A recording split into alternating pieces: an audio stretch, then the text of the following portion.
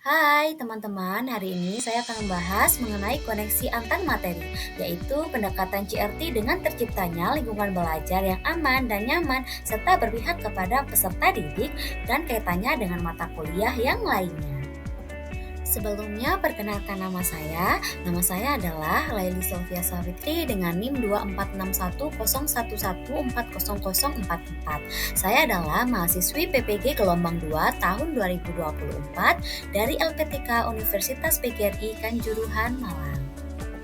Sebelum itu, mari kita mengenal apa itu CRT.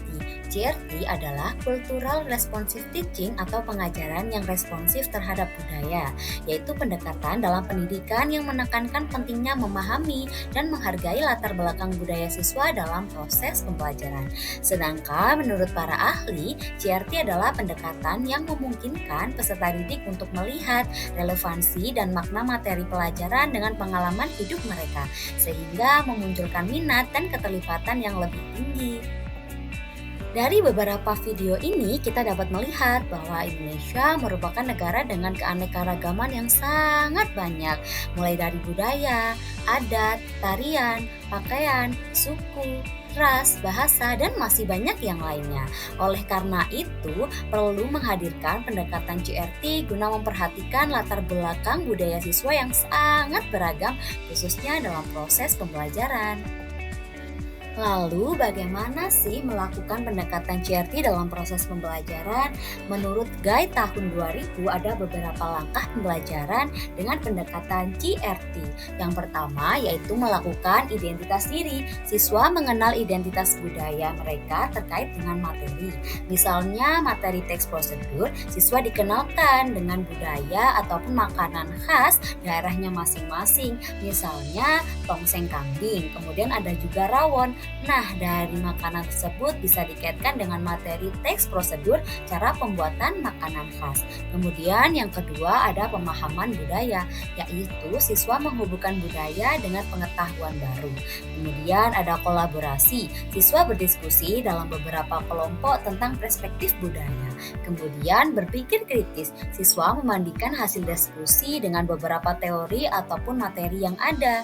Kemudian konstruksi transformatif, yaitu siswa menyajikan pemahamannya terkait dengan materi melalui proyek, penugasan, portofolio, pengamatan, dan lain sebagainya. Kemudian kita berlanjut pada pembahasan berikutnya. Bagaimana sih pendekatan CRT dapat menciptakan lingkungan belajar yang aman, nyaman, dan berpusat pada peserta didik? Pendekatan CRT sangat erat kaitannya dengan terciptanya sekolah yang aman, nyaman, dan berpihak pada peserta didik. Dengan memahami dan menghargai latar belakang budaya, siswa, guru dapat menciptakan lingkungan belajar yang inklusif tanpa adanya diskriminatif. Mengapa hal tersebut dapat terjadi? Yang pertama adalah penghargaan terhadap keberagaman.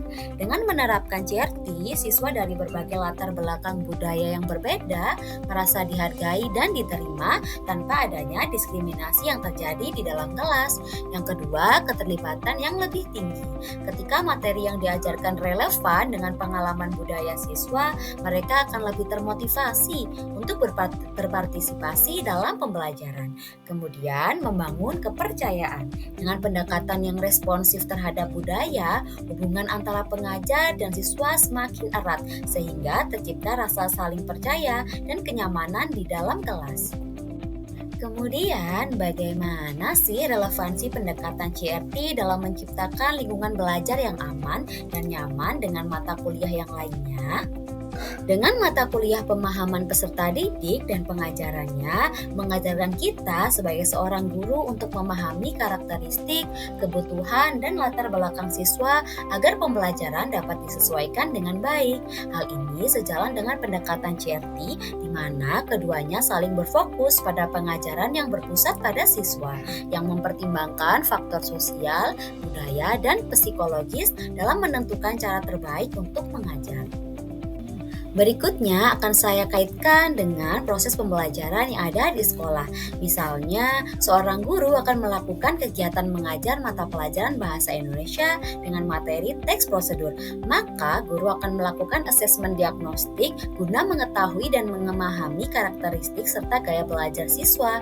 Kemudian, hasil dari asesmen diagnostik tersebut diolah kembali menjadi beberapa diferensiasi konten dan produk dengan mempertimbangkan dan memasukkan unsur budaya peserta didik agar pembelajaran lebih relevan dan bermakna. Kemudian, menghasilkan proses pembelajaran yang menciptakan lingkungan belajar yang aman dan nyaman serta sesuai dengan karakteristik dan kebutuhan peserta didik.